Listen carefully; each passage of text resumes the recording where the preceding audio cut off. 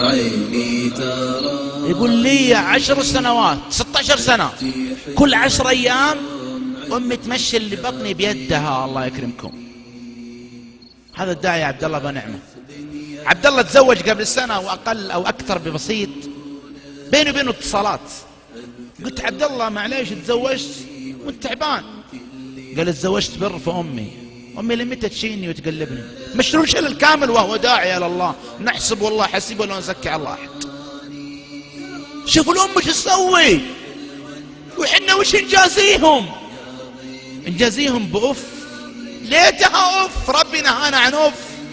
جمل مفيدة نقول. أحد الأقارب عقيد في دارة مكافحة المخدرات في جدة،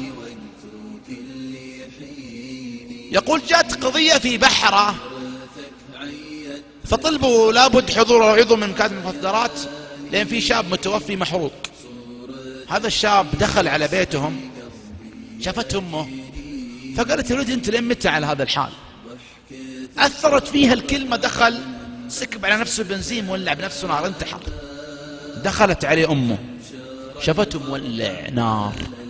إيش سوت؟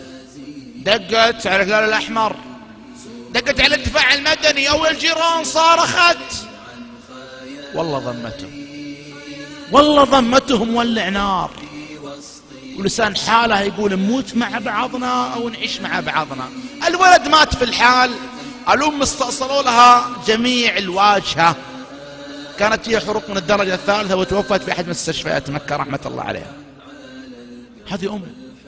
أنت وأنا الآن جينا هنا، هل أمك راضية عنك؟ هل أبوك راضي عنك؟ لا يجي يوم من الأيام تتمنى ريحتهم، ما هم، لا تتمنى تشوف الأرض اللي كان فيها أبوك، الأرض اللي كانت فيها أمك. هي رسالة جاية اليوم بكرة بعده، جاية لابد انك تتقبلها. اخوي واخوك ما يقدر يوصلها. ابوي ممكن لكن ما يقدر. يمكن خالك او المطوع اللي عندكم في الحي راح يجي يوم من الايام يقول لك يا فلان امك ماتت، يا فلان امك ماتت. هل عندك قدرة تستقبل الكلمة هذه؟ هل قدمت شيء لهم؟ هل في بر بينك وبينهم؟ هل يدعو لك يا رب اصلح واهديه، او يا رب لا ترده اذا خرج؟ انت تختار لنفسك الدعوات اما من اعمالك وافعالك.